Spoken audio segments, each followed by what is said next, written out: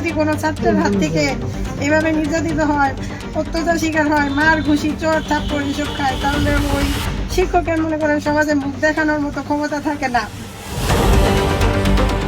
শ্রেণীকক্ষের ভেতরে শিক্ষকের গায়ে হাত তুলল ছাত্র। ঘটনাটি সামনে আসতেই দেশ জুড়ে শুরু হয়েছে তীব্র আলোচনা, কিন্তু সেই ঘটনার পর যে বিচার হলো তা নিয়েও এবার নতুন বিতর্ক। অভিযুক্ত ছাত্রের বিরুদ্ধে ব্যবস্থা নেওয়ার সিদ্ধান্ত হলেও কেন সন্তুষ্ট নন সেই শিক্ষক, কেন ক্ষোভে ফেটে পড়লেন স্থানীয়রাও? চলুন জেনে নেওয়া যাক পুরো ঘটনার আপডেট। টাঙ্গাইলের ঘাটাইলে কয়েকদিন আগে ডাক্তার শওকত আলী উচ্চ বিদ্যালয়ের শ্রেণীকক্ষেই এক নারী শিক্ষককে থাপ্পড় ও ঘুষি মারার অভিযোগ ওঠে নবম শ্রেণীর এক শিক্ষার্থীর বিরুদ্ধে। ঘটনাটি সামাজিক যোগাযোগ মাধ্যম ও স্থানীয়ভাবে ব্যাপক আলোচনার জন্ম দেয়। মেনে নেই নাই এই বিচারটা। আমার পক্ষে আমার যতটুকু দাবি ছিল যে কঠোর শাস্তি হওয়া উচিত, সেভাবে এই বিচারটা হয় নাই। আমি এই বিচারে সন্তুষ্ট না।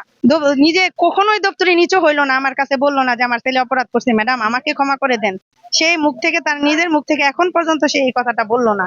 তাই মেন অপরাধী হচ্ছে দপ্তরিকে তো এখানে করা হয় নাই, বহিষ্কার করা হয় নাই। আমি এটা আশা করছিলাম যে তারা বহিষ্কার করা হবে এবং ছেলেকে রাজটিসি দেওয়া হবে। রাজটিসি দেওয়া হয় নাই এবং তাকে শুধু সাধারণ টিসি দেওয়া হয়েছে যে স্কুলে থাকতে পারবে না। আর দপ্তরিকে কিছু নির্দেশনা দেওয়া হয়েছে যে নিয়ম নীতিমালা এইভাবে মেনে চলবে।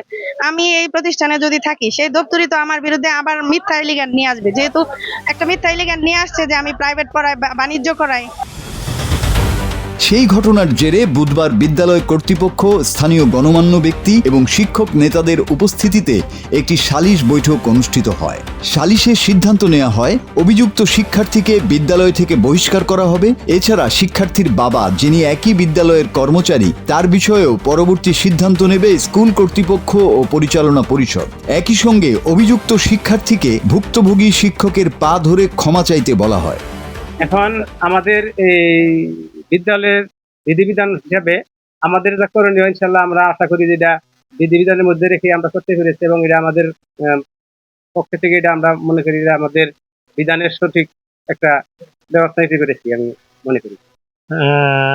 স্কুল থেকে টিসি দেওয়া হয়েছে, আর ওকে স্থানীয়ভাবে এইখানে সবার সামনে বিচার করছে ওর বাবা নিজেই। ওর বাবা আবার এই স্কুলের দপ্তরি, সুতরাং এই ওর বাবাই এই স্কুলকে দপ্তরি হিসাবে সে নিজেই এই দোষী স্বীকার করে ছেলের বিচার করে নিয়েছেন। আর যদি এর পিছনেও যদি অন্য কোনো কারণ থাকে, সেটাও আমরা তদন্ত করে প্রয়োজনীয় ব্যবস্থা গ্রহণ করবো। ওই শিক্ষিকাও পরে মেনে নিয়েছে যে না, যেহেতু এখানে আমার চাকরি করতে হবে, আর বিচার তো টিসি ওই ছাত্র তো স্কুলেই থাকতে পারবে না, অলরেডি টিসির জন্য অলরেডি সিদ্ধান্ত হয়ে গেছে। কিন্তু ঘটনাটি এখানেই শেষ নয়। এই সিদ্ধান্তে সন্তুষ্ট হতে পারেননি ভুক্তভোগী ওই নারী শিক্ষক। তিনি স্পষ্ট জানিয়ে দিয়েছেন এমন পরিবেশে আর ওই বিদ্যালয়ে ফিরতে চান না তিনি। এমনকি শিক্ষকতা পেশা নিয়েও হতাশা প্রকাশ করেছেন তিনি। আমি এই বিচারে সন্তুষ্ট না। আমি সরকারের প্রধানমন্ত্রীর কাছে আমি বিচার চাই। প্রধানমন্ত্রী আমাকে যা নির্দেশনা দিবে আমি তাই মাথা পেতে নেব। আমাকে যেন বদলি করে দেওয়া হোক এখান থেকে, মান সম্মান ভাবে আমার নিরাপত্তা দেওয়া হোক, আমার জীবনে নিরাপত্তা আছে। আর এখানে দপ্তরিকে বহিষ্কার করা হোক, আর তার ছেলেকে রাজটিসি দিয়ে বিদ্যালয় থেকে বের করে দেওয়া হোক। আমার এইটুকুই চাওয়া। অন্যদিকে সালিশ বৈঠক চলাকালেই উত্তেজনা ছড়িয়ে পড়ে। প্রত্যক্ষদর্শীদের ভাষ্য অনুযায়ী বিচার নিয়ে অসন্তোষ প্রকাশ করে কেউ ভুয়া স্লোগান দিতে শুরু করেন। এক পর্যায়ে জুতা হাতে নিয়ে সালিশকারীদের সামনে চলে আসেন ক্ষুব্ধ স্থানীয়রা। তারা কেউই এই সালিশের রায় মেনে নেননি। তো আমাদের দাবি ছিল যে এখানে এই ছেলেকে দৃষ্টান্তমূলক ভাবে, মানে এই ছেলেকে টিসি দেওয়া হোক এবং এই ছেলেটা কি কারণে এরকম একটা দুঃসাহস পেল এবং এই ঘটনা কি জন্য 4 দিন পর্যন্ত করালো, এর যে বিষয়ে পিছনে যে ঘটনা ইয়াগুলো আছে, যে সাপোর্টটা আছে, যে কি কারণে এই ঘটনাটা 4 দিন পর্যন্ত আসলো, এটা তো একদিনেই শেষ হয়ে যেত, এটা কি জন্য 4 দিন আসলো, এই বিষয়টা একটু খুঁটিয়ে দেখার জন্য অনুরোধ জানাচ্ছি। আমি সবাই হলো বড় ম্যাডাম, আমাদের এখানে বড় ম্যাডাম আছে, ওনার কাছে বিচার দিচ্ছি। তারপরে ম্যাডামে আমার ধমক দিয়ে ক্লাসে পাঠাই দিছি। ক্লাসে যাওয়ার পরে ধর্ম স্যারের ক্লাস হইতেছে, ওইখানে হলো আমি 3য় 4র্থ বেঞ্চিতে বসছি।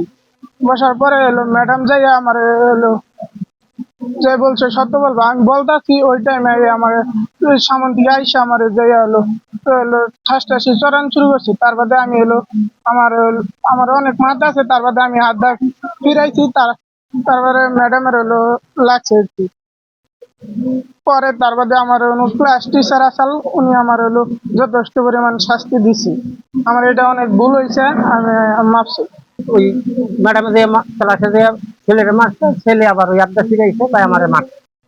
বাসা আমি যেটা বেড়া পরে ঘন্টা আনি পরে আবার হেডমাস্টার আসল না, হেডমাস্টার আইলো হাত পরে বইয়া ব্যক্তি, তারপরে দুজন টিচার পাঠাই দিয়েছিলাম, তারপরে ম্যাডামের নিয়ে এসে নিয়ে ও বিষয়ে বইয়া সিদ্ধান্তের মধ্যে বইছে, ম্যাডাম মারলো না, মারলা চলে গেলে।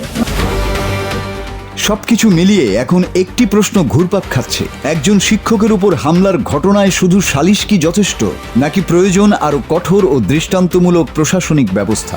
এই ঘটনাকে ঘিরে এখনো উত্তপ্ত টাঙ্গাইলের ঘাটাইল, আর ন্যায় বিচারের অপেক্ষায় রয়েছেন সেই শিক্ষক।